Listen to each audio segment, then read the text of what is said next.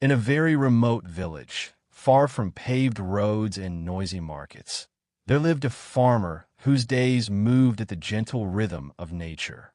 His home sat on a low hill, surrounded by fields that changed color with the seasons, green during the rains, golden when harvest came, brown when the earth rested.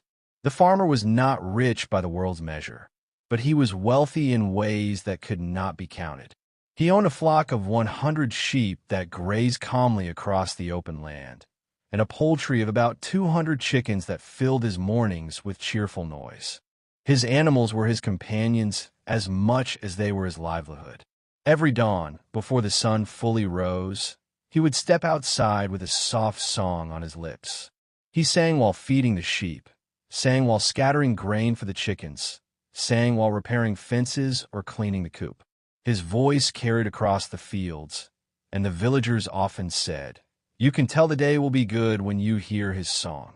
He lived with his small family in a modest house built of mud and wood, but laughter lived there like a permanent guest. In the evenings, they sat together under the open sky, sharing simple meals and stories. They did not own a radio. They had never seen a television. Yet their nights were full of stars, full of conversation, full of peace. Year after year, his flock and poultry grew. Not quickly, not dramatically, but steadily. He never chased expansion. He only cared for what he had, and what he had responded with quiet abundance. Nothing troubled his heart, until one day, change arrived on dusty feet. A distant kinsman returned from the city, wearing fine clothes and speaking with great confidence. The village gathered around him, curious about the world beyond their hills.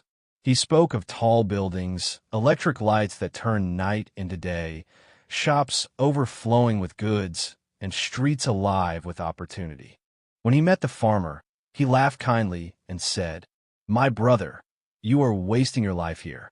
The farmer smiled politely. The kinsman continued, "In the city, a man with your discipline could become a billionaire. You could own a big shop. You could have a television, a refrigerator, a car. You would be connected to the world. Your children would live like kings. This life you call happiness, it is too small." The words settled into the farmer's heart like seeds. That night he did not sing. For the first time in many years, he lay awake, imagining a different life. He pictured wealth, respect, comfort, and admiration. He began to wonder if what he had called peace was actually limitation. Weeks later, the decision was made. He sold his flock. He sold his poultry. Sheep that had known his voice since birth were led away. Chickens that had filled his mornings with sound were taken to market. The land fell quiet. With the money in his hands and hope in his heart, he took his family to the city. At first, the city welcomed him warmly. He opened a shop and business moved quickly. Money came in faster than it ever had on the farm. He bought new clothes. He bought furniture. He bought a television that spoke endlessly and never rested. He felt proud when neighbors greeted him with respect. This, he thought, must be happiness.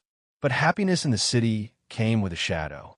As his shop grew, so did his fear. He began to lock his doors twice, then 3 times. He lay awake listening for footsteps, worrying about thieves. Every unfamiliar sound made his heart race. The peaceful sleep he once enjoyed under the stars was replaced by restless nights under a ceiling. Competition followed success. Prices rose. Debts appeared. To keep his shop full, he borrowed money, confident that tomorrow's profits would cover today's loans. But tomorrow is not always loyal. One night, while the city slept, fire broke out. By the time help arrived, his shop was already a skeleton of smoke and ash. Goods were destroyed. Shelves collapsed. Years of effort vanished before his eyes. The money he had saved in the bank was small compared to the debts he owed. Creditors came, not with sympathy, but with demands. The city that once promised endless opportunity now showed its harder face. Fear became his daily companion. Eventually, with nothing left to rebuild, he gathered his family and returned to the village. But the village had changed, or perhaps he had. The land was still there, quiet and patient. The hills still stood. The stars still came out at night. But his flock was gone. His poultry was gone. The songs did not come easily anymore.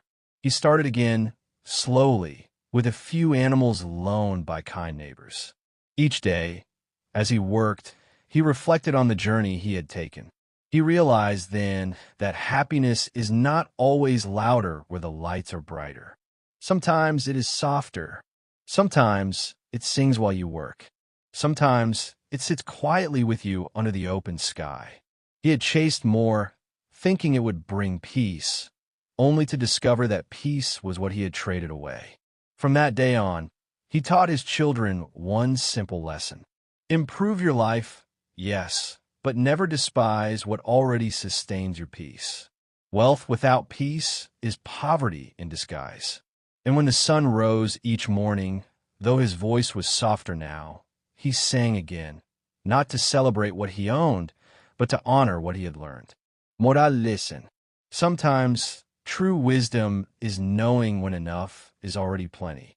Be content with what you have, while improving yourself patiently, without trading peace for illusion.